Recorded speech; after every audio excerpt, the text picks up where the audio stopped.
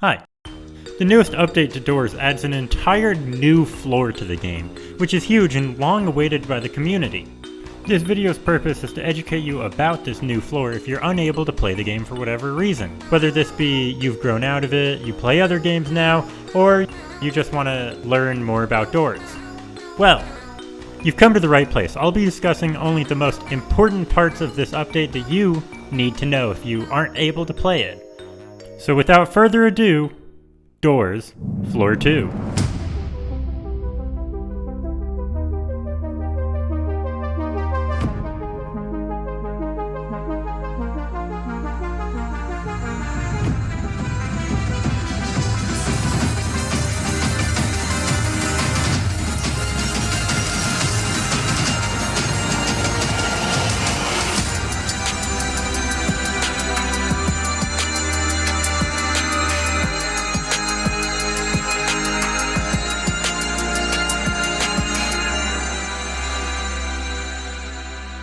I'm going to put a pause on Floor 2 real quick because there's a few things in the hotel that were changed or added that are actually pretty important to the game. With the first being the back doors. It doesn't really have too much changed, however the inventory UI is different. The death screen was also changed and there's a blue counterpart for this in the hotel in the mines. There's a lot of new things in the normal hotel, but a lot of them are very small and you would never notice them, such as new paintings and a few new rooms. But then there's a few big differences, like they actually gave Dredd a few badges if you use a crucifix on him, or encounter him. In order to successfully encounter Dredd, all you have to do is wait about 10 minutes in one single room. It helps if there's a clock in the room, whether it be on the wall or one of those grandfather clocks, because the second all the hands are pointing straight up, indicating 12 o'clock, that's about the time that he would spawn. There is an achievement to use a crucifix on him, and if you do try to spawn him, however, you cannot be AFK for any part of it. Trust me, I tried. It's really hard to spawn him intentionally. You have to make it seem unintentional. But otherwise, unless you're actively trying to get Dredd, I don't think he's going to be a threat at all to you and any of your friends.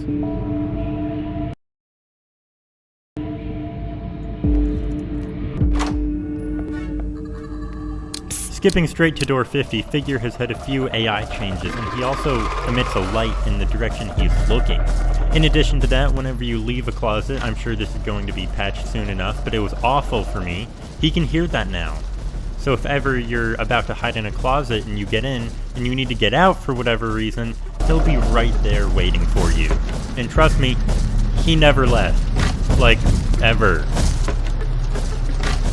I also managed to get myself stuck in this room, and I had to die inside of a locker in order to escape, which was pretty weird as well, but I'm sure all of this will be patched.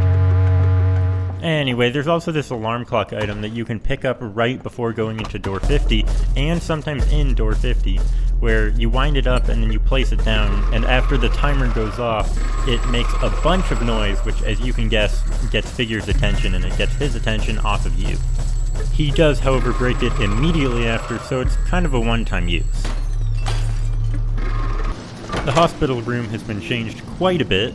This is typically where the plant would be, and it still is. It's just in the very, very back of the room. There's a bit of looting you can do in this room, and one time I got a skeleton key from out of one of those suitcases that you can find on the floor.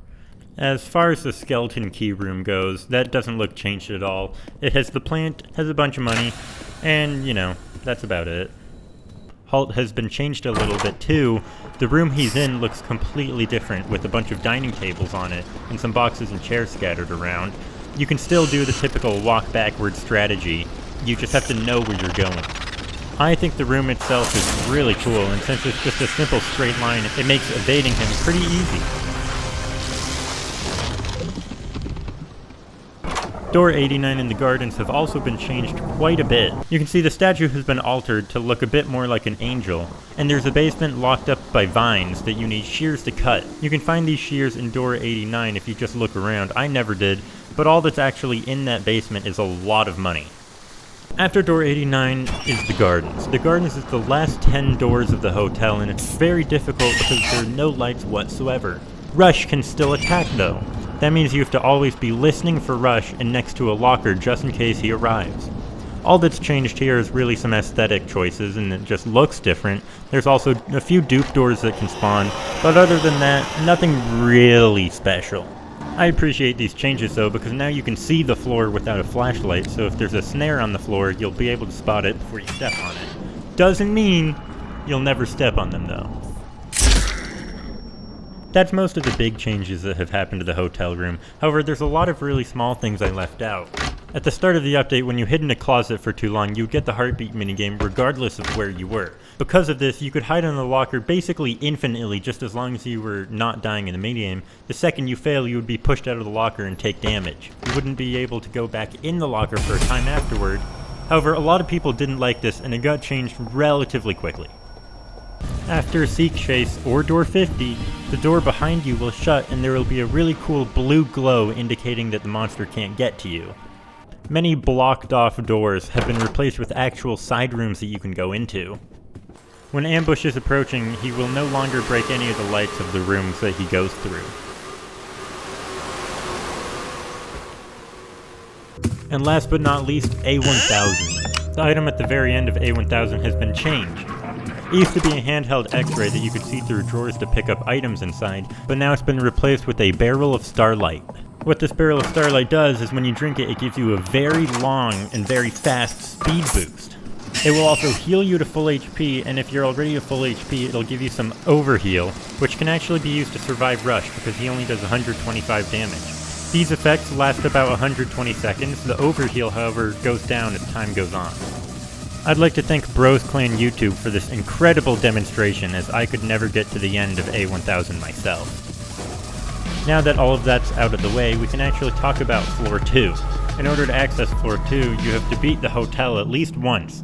Once that is done, when you start a lobby, you can swap it over to the mines.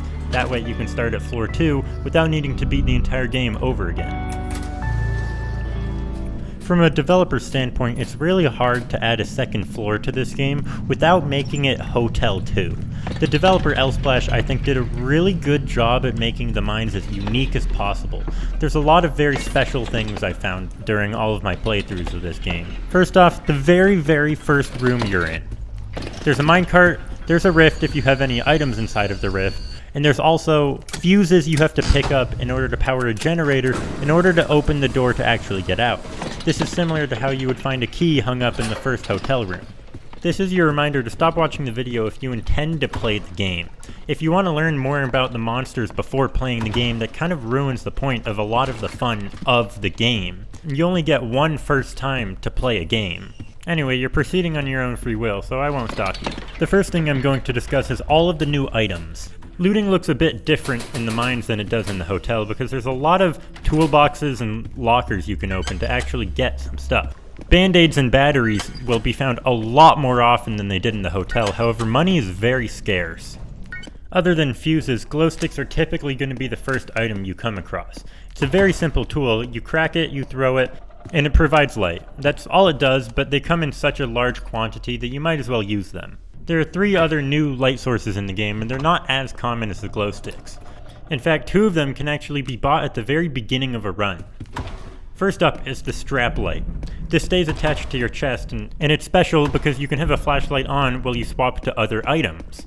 Next is the bulk light. It's a really big flashlight, and it has a lot of battery power. The final light source in this game is actually a laser pointer. It's not particularly helpful to use as an actual light source, but it has other uses that I'll get into later. As well as light sources, they also added a band-aid pack and a battery pack. The band-aid pack can hold up to 10 bandages, and it allows you to pick up and keep all of the band-aids that you have found around the mines. The battery pack does a similar thing, except it can only hold up to 4 batteries. There's also shears that I briefly mentioned in the very beginning, but in the mines they actually help out so much more. There's very specific loot rooms that are covered up because of shears, or doorways that you can't access unless you have them. That's all the new items, so I'm moving on to new entities. Many of the entities from the hotel reappear, such as Ambush, Rush, Dupe, Eyes, Figure, Halt, Hide, and Screech. Eyes has been changed so that he can actually teleport throughout the room, and Screech can basically appear anywhere, not only dark rooms. Hide functions the same exact way he always did, except when you get out of your hiding spot, you can't go back in because he's blocking you. Figures also become a basic entity. He'll appear in certain rooms and all you have to do is crouch around him and get to the end like it's a normal room. Halt also has his own room in the mines. It's rather easy to navigate. The only interesting parts are you have to push a minecart in a windy path up to the end. One of the first new entities you'll likely come across is called a Giggle. These look like white versions of Screech, except they hang on the ceiling and they wait for you to walk underneath them. When this happens, they'll jump down and latch onto your face, laughing every step of the way. They do about 30 damage, but if you're in multiplayer, somebody can actually slap it off of your face. When this happens, you take less damage. They can be temporarily stunned when you use a flashlight, shake light, bulk light, or a laser pointer on them. You can also throw glow sticks directly at them for an achievement. The next entity is called a Gloom Bat. These Gloom Bats basically spawn in a single room. You can identify them by the lack of lights and the eggs on the floor, and they swarm you if you have any sort of light. They do about 10 damage every attack, and it can be deadly if you don't know what you're dealing with. You can still use glow sticks and laser pointers nearby them though. The glow sticks, however, will go out. This next one isn't necessarily an entity, but more of a hazard. Certain rooms will have a fire danger sign on them, and when you enter them, it's very orange. This is caused because of a gas leak. Now, this gas leak by itself isn't particularly dangerous. If you stay in it too long, it'll hurt you over time, eventually killing you. The fun part is when you involve a lighter. I'm going to go into major spoiler territory, so this is your final time to click off of the video if you intend on playing the game yourself, or you haven't made it far in your first few attempts. Door 140 is the beginning of the Seek Chase, and if you're expecting the Seek Chase to be exactly like it was in the hotel, you would be gravely mistaken. This Seek Chase adds jumping to the game. It's not seen anywhere else in the game except for here and on the final boss, and it's more of a mechanic just to make this chase unique. But that's not where it gets special, because halfway through, it's scripted that you miss one of the jumps and you actually fall all the way down into a cave, into a minecart, and this part is an absolute blast. If you're expecting a minecart sequence, it would not be during the Seek Chase, but because it is, it feels so much better and it feels so unique to the game that I absolutely love this. It's relatively simple though, and all you have to do is steer your minecart left or right to follow guiding light, and crouch whenever you need to go under a wooden barrier. This chase ends when the doors shut behind you and Seek can no longer chase you, which starts the Door 150 sequence.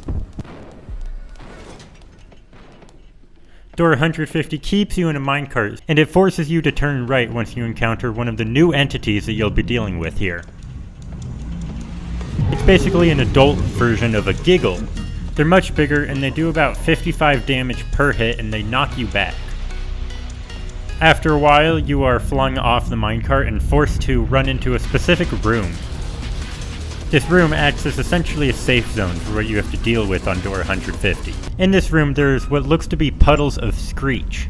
There's also a single button that you need to press for power, and once it's at 100, it marks the location of 5 different anchors.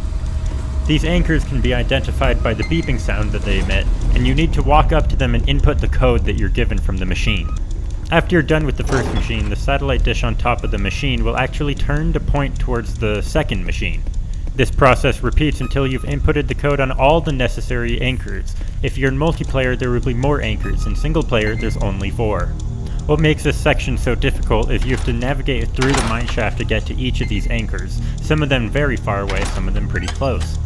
There's about 3 grumbles that patrol this whole area. They're capable of going up and down floors as well as basically any section of this cave. You're typically safe through doorways and any other small areas that they're not able to reach you. You will likely die the very first time you come here, but once all of the anchors are powered up and you go back to the machine, you can press the button for one final time. Once the button is clicked, it will teleport all players back to where the machine is and give you a quick cutscene as you run from the grumbles one last time. You're no longer in the mineshaft now, and you seem to enter some sort of sewer area. The rest of the game will mostly look like an underground sewer. The door immediately after this is everybody's favorite, Jeff's Shop. Everything here is super cheap because gold coins are really hard to get here, but otherwise it's nothing you haven't seen before. Doors 153 and beyond are basically just the mines, except it takes place in a sewer. Nothing really out of the ordinary happens here. At door 195, Seek will begin his second chase. This of course ends at door 200, which is usually a dupe door for me, but if you're on door 200, you know the next door. This Seek chase is actually a bit different from the first one. There is unfortunately no minecart involved though. And now door 200. It is of course going to be a final boss fight, and the final boss is actually technically Seek. This room is known as the Dam, and it quickly fills up with goop. Fortunately, you're given plenty of time to survey this, and you actually cannot be harmed from behind the railing. Your goal in this room is to turn valves. For every set of valves you turn, Seek gets lower and lower. However, as a consequence, Seek also gets more aggressive. Many of these valves need to be turned by jumping across the crates and the broken pipes that are actually on top of Seek. After the very first 2 valves, he lowers enough for you to see the next 4. After those 4, you have 4 last valves to turn, and then you win the fight. After the last valve, he is completely drained, which allows you to see a generator. Once you pull this generator, you're able to go back to the top and open the door you couldn't before. This ladder leads to essentially the end of the game. Up top, you're in the middle of a forest. There's a rift behind you and a castle in front of you. Going through the doors of the castle will end the game. You get a cutscene foreshadowing the 3rd floor, and yes, there has been a confirmed 3rd floor, and that is everything you need to know about Doors Floor 2. Thanks for watching.